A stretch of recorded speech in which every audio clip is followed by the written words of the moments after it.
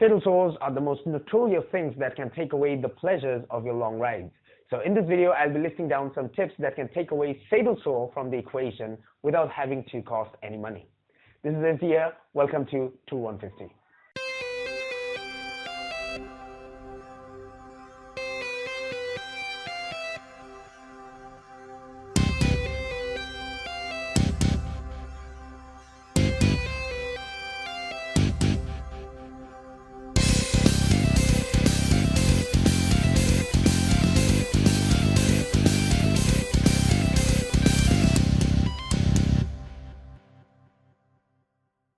Hey guys, I'm sorry I couldn't post any videos last week because it had not been a very good week for me. Actually, I was down with sickness. I had fever, cold, cough, and a throat infection. And also one of my friends went down on his bike. Actually, the guy who was riding in front of him fell down because he jammed his brakes, and this guy, my friend, couldn't swerve him, and he hit his bike and he fell down from his bike. He was actually coming to work on his bike, so this happened within the city premises, within the city limits. So you see, most of the accidents happens within the city. Well, my friend is okay. He had a skinned palm, skinned knuckles, shoulders, skinned knees. Well, if he was wearing any guards apart from his helmet, he wouldn't have lost a drop of blood at that scene.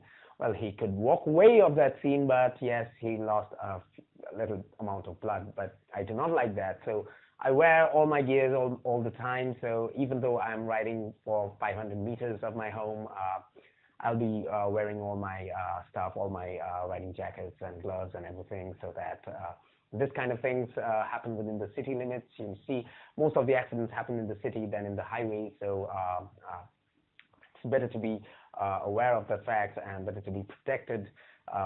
Others will make the mistakes on the road. It's not always you who makes the mistakes. Others make the mistakes most of the time, but those mistakes should not take a toll on you. So that's what I maintain, and that's why I wear all the gears all the time, and I suggest you to wear all the gears all the time as well, even though you're riding to your work or any place you want. So, but the week before that was quite a happening week. I rode to this place called Talsari Beach, which is in Odisha. The road I took was 200 kilometers and to reach there, and the road I took to come back was 250 kilometers. But the second road took less time for me because it was a better patch of road than the first one, and the traffic was also less in the second one. I had to stop once while going there and once while coming back from there. While coming back, I rode for about 160 kilometers straight, and then I had to stop. I didn't feel any fatal sore because of all the tips that I will mention in this video, but I had to stop, and I'll describe the reason why I had to stop, even though I didn't have any fatal sore at the end of this video. So let's get started with the tips. Tip number one is to practice longer runs. The more you practice longer runs, the more you can ride without fatal sore, or you get accustomed to fatal sore. You get get comfortable with fatal sore. And if you mix all the other tips that I'm going to describe in this video then with this practice tip, then you'll feel that you are actually getting comfortable with fatal sore, with having fatal sore out of the equation of pleasure of long rides. So first one will be to practice longer runs. Go ahead, take your bike out, and as many times as you want, take your bike out and go for a long run. Ride for as long as you can, and then add 10 more minutes or 10 more kilometers, whichever happens earlier, to how much you can ride. And then note that down, how far you have ridden in terms of time or in terms of kilometers, and then take a rest for some time and then start again. So if you note this down, you'll see that you are actually riding more and more kilometers at one go and getting more comfortable with fatal sores. And if you follow all the other tips, then you'll see that the fatal sore is slowly fading away from your long rides. So that will really help in minimizing or doing away with your fatal sore. Okay, so before we move on to tip number two, let me divide fatal sore as per my experience. saddle sore is not actually one single pain. It's actually a combination of three pains that I felt. So to divide saddle sore in sub-pains, I would say that the first pain that you feel is burning sensation on the skin of your butt. So there is this skin part, and then there is this burning sensation then transforms into some kind of pain onto the skin. So this is one. Number two will be the glutes or the muscles, the butt muscles. Those muscles starts to pain. So that will be number two. And number three will be pain on the knees and thighs, mostly the knees, because the pain in the butt muscles sometimes move on to the thighs, and you can really locate where the pain is coming from, but you can locate the pain when the pain is coming from your knees. So there are these three sub-pains. One is the skin, glutes, and knees. So let me attack all these pains one by one so that we can take out each of them, and hence we will take out the whole saddle sore thing. So starting with the skin burning. If the skin burns because of a pressure differential or the pressure point that forms within on top of the skin. When you're sitting on your butt, you're actually forming some kind of pressure zones where the pressure is higher than the other parts of the skin. So this happens due to many reasons, one of which is your underwear, and that takes me to the tip number two, which is ditch your underwear. And yes, ditch your underwear and replace it with some kind of shorts, preferably made of synthetic material, because that will be very thin and that will be comfortable to wear. I choose running shorts, so you can choose running shorts, or you can also choose swimming shorts, which is not very tight, a little bit so that the air can come in. And that is because if you hold your underwear right in front of your eyes, you can see the back portion or the fabric, which is at the back portion of the underwear, has a seam which goes from left to right in most of the underwears. This is there. Even it doesn't matter if it's a Frenchie or it's a drawer, that happens every time. So that seam may seem very thin, but that creates a pressure differential because the area is very thin. That means lesser the area, more will be the pressure. That's simple physics. So the pressure is high, so the pressure is high on that portion of the skin that is on top of that seam, and the pressure is not so much high on the other part. So the first pain sensation comes from that portion of the skin. So ditch your underwear, wear some kind of shorts, and take care that when you are wearing your riding jeans or riding pair of pants on top of that shorts, the short doesn't fold inside of your pants, because that can happen when you're dragging pants up. So when you're pulling the pants up, make sure that the shorts inside are flat. There is no folds, because that will act as same as the seams in your underwear. So that will be tip number two. And moving on to tip number three, which is also for the skin, is if you're using, if you're wearing a pair of jeans for riding and not riding pants, then tip number three is for you.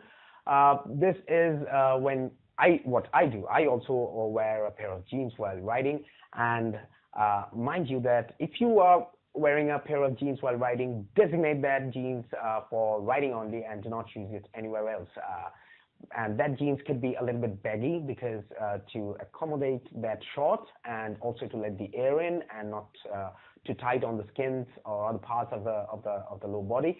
So that's why I choose a baggy pair of jeans. And what I've done to it to customize it to my needs is this.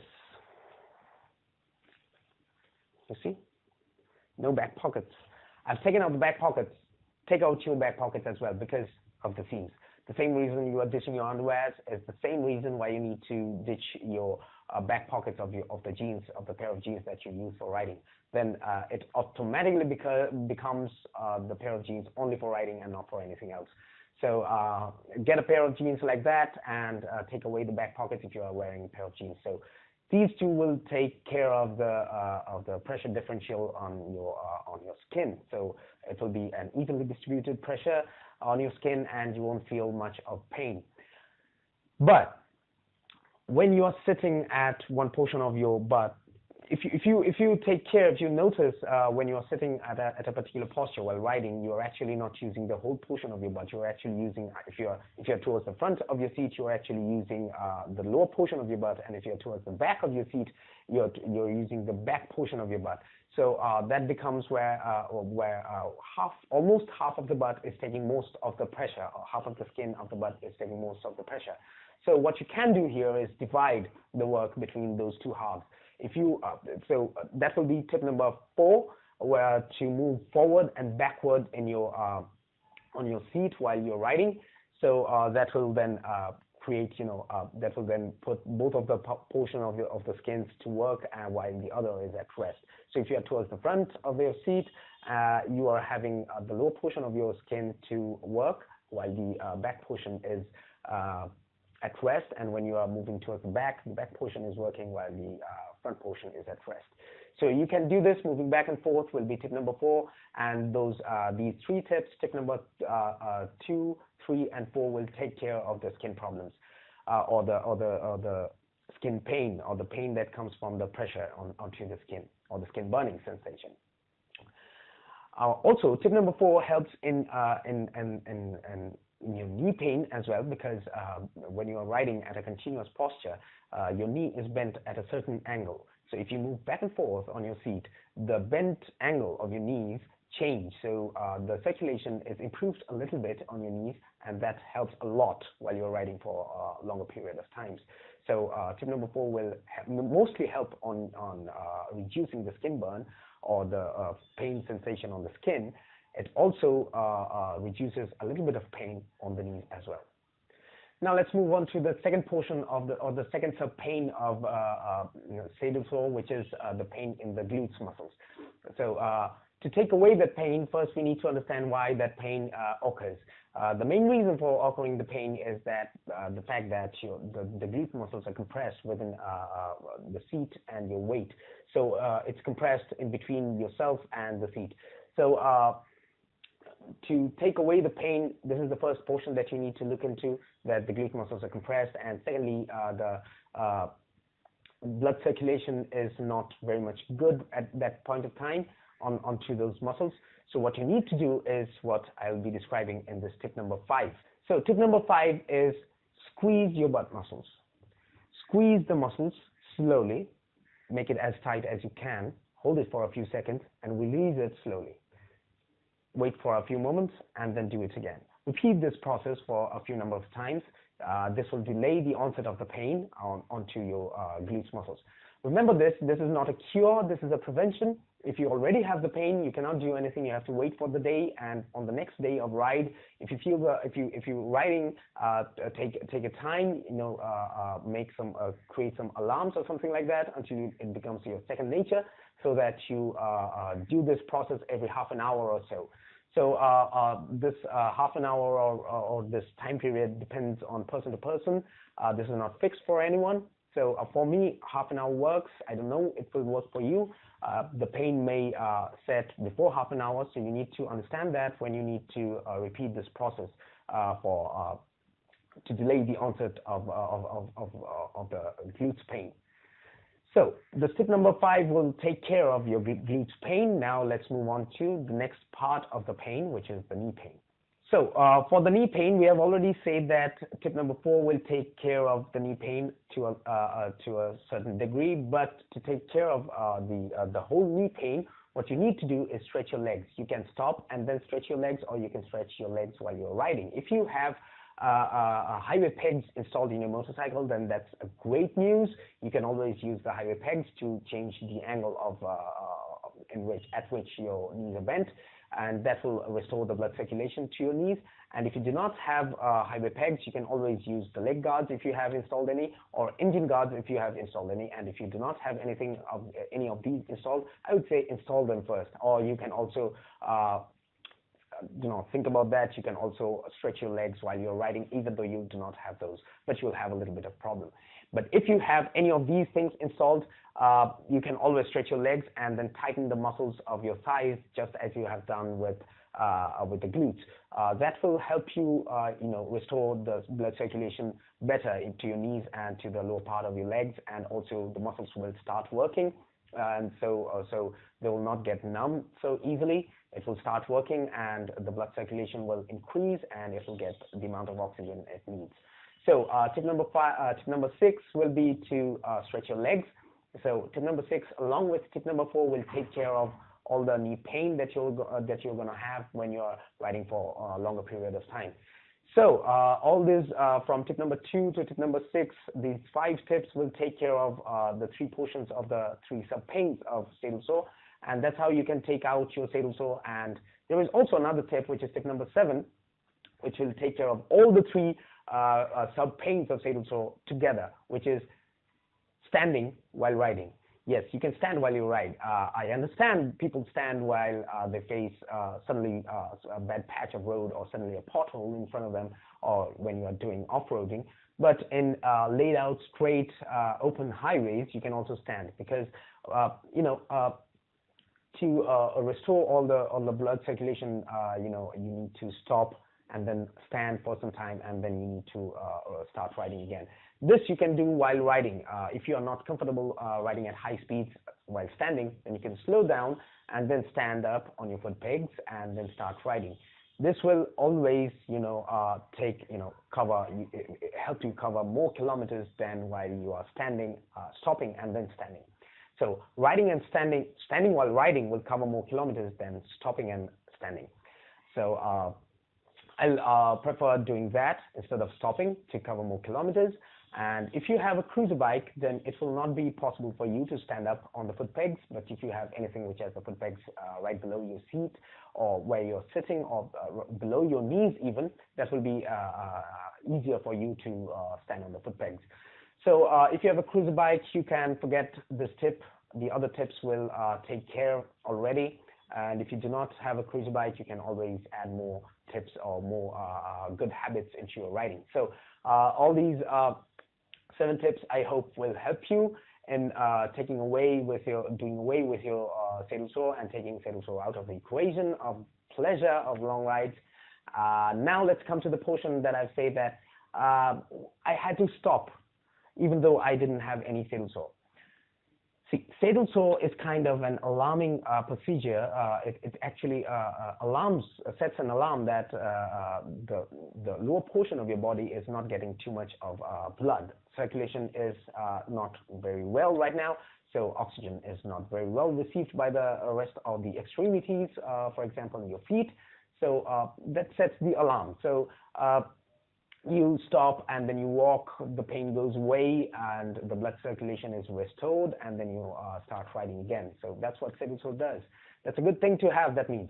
But since it takes away our pleasure, we are taking away saddle sore. That means even though the blood circulation is restricted, or a very little amount of blood or oxygen is reaching the extremities, for example your feet, we are not understanding that this is actually happening right now. So the numbness sets in. Numbness in your feet sets in. Yes, you'll start to feel some kind of numbness in your feet. Then you need to stop, or else the controls in your feet, for example, the brakes and the shift levers, will not be very much well organized. You would be wanting to do something, but you won't be able to do that thing as you could have done if you didn't have any kind of numbness in your feet. So I would suggest you stop, and then you take a walk around your bike, or you can enjoy the weather or the nature, and then for 5 to 10 minutes, it won't take much to get the sensation back again, or start the blood circulation again, and then you can ride on to your bike, step onto your bike, and then start riding. Now you might ask that saddle sore stops us, numbness in our feet also stops us. So why to take away saddle sore? Saddle sore does stop us, but those two stopping are not equal. Saddle sore comes up, sets very early than the numbness. So saddle sore can start, very early than the numbness. If you can ride without saddle sore for 100 kilometers, then after 100 kilometers, saddle sore will start. But the numbness will start for after 150 kilometers, and it will go like that in 5 to 10 minutes, and then you start riding for more 150 kilometers more, and then after that the numbness will set in again. So you're actually covering more kilometers, you're stopping less if you have no saddle sore and only numbness in feet.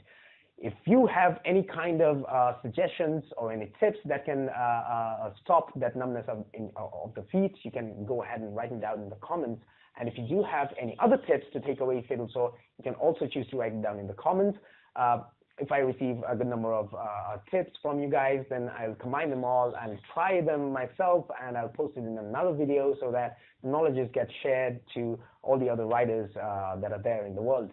So thank you for watching. I hope you liked this video, and if you do like this video, go ahead and click the like button down below, and don't forget to subscribe, because I'll be posting at least one new video each week regarding various tips and tricks and riding. And yeah, I'll try to post a new video each week if I'm not bedridden like what happened in the past week. And yeah, I'll try to post at least one new video and regarding tips and tricks and riding with a smaller motorcycle. Obviously, if you're riding with a bigger CC motorcycle, you'll have many various advantages and disadvantages. If you're riding 150cc motorcycle, you're facing mostly disadvantages and a few advantages. But this channel is regarding all the tips and tricks that can take out those disadvantages from the equation of pleasure. Thanks for watching.